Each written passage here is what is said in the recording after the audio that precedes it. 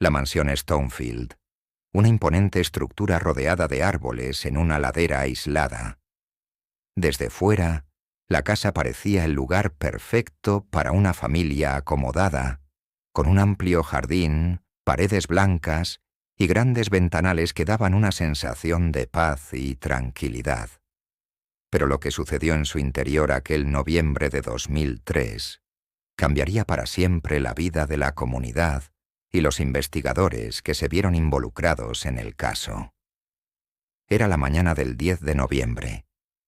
Los Stonefield, una familia muy respetada en el vecindario, no respondieron a las llamadas de sus vecinos ni asistieron a sus citas habituales.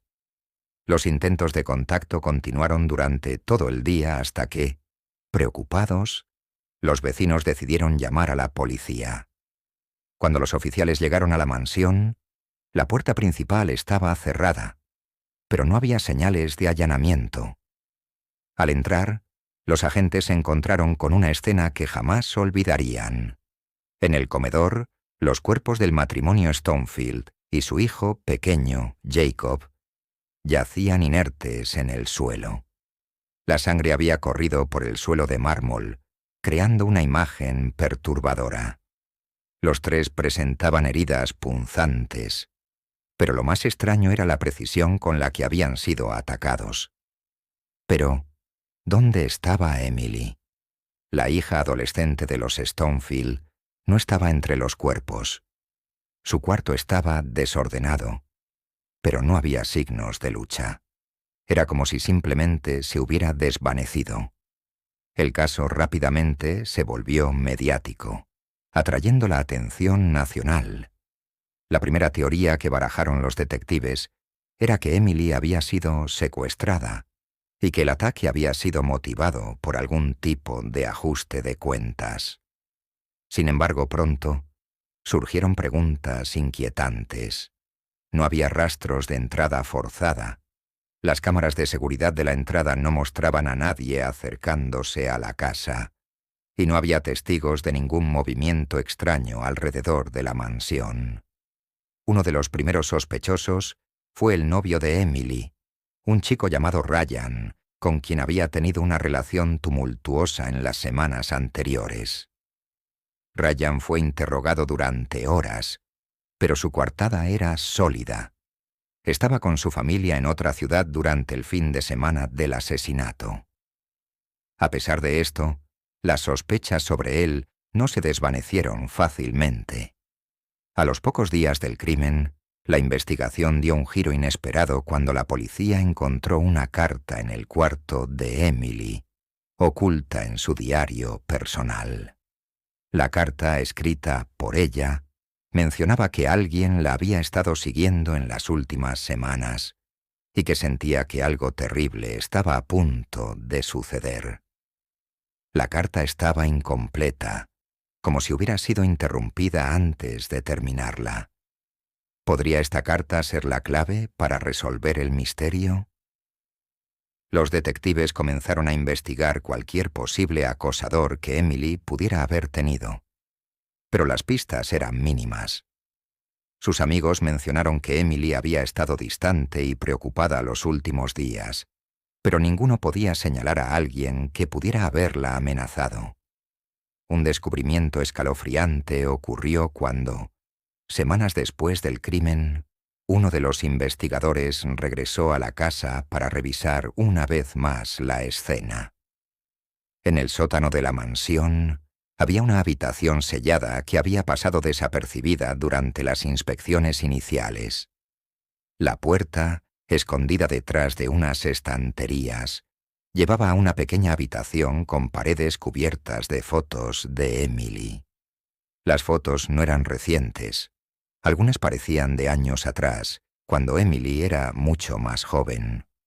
Lo más desconcertante era que ninguna de estas fotos había sido tomada por la familia, ya que en ellas aparecían en situaciones cotidianas, aparentemente sin que ella lo supiera.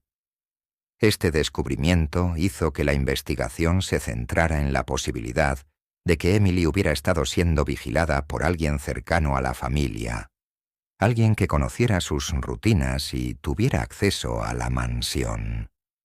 Los vecinos y empleados domésticos fueron entrevistados de nuevo, pero ninguna pista sólida emergió. Conforme la investigación avanzaba, las teorías sobre lo que había ocurrido en la mansión Stonefield se multiplicaban.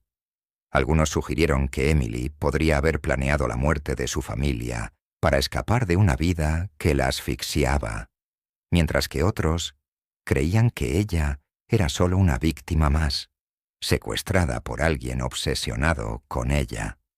El novio de Emily, Ryan, volvió a ser investigado cuando surgió la teoría de que ambos podrían haber planeado escapar juntos, aunque no había pruebas concluyentes de ello. Lo único que parecía claro era que el motivo detrás de los asesinatos era personal, y no un simple robo o ataque aleatorio. Uno de los aspectos más escalofriantes de este caso es que a pesar de la gran cantidad de personas que vivían cerca de la mansión, nadie vio ni escuchó nada fuera de lo común esa noche. No había señales de lucha o gritos, lo que llevó a los investigadores a creer que quienquiera que hubiera cometido los crímenes lo había hecho de manera extremadamente cuidadosa y calculada. A medida que pasaban los meses, las pistas comenzaron a enfriarse. No se encontró ningún rastro de Emily, y la familia Stonefield fue enterrada sin respuestas. El caso parecía condenado a quedar en el olvido. Hoy, más de 20 años después del crimen, la desaparición de Emily Stonefield sigue siendo un misterio sin resolver. Algunos creen que sigue viva, escondida en algún lugar remoto, mientras que otros piensan que fue víctima del mismo asesino que mató a su familia.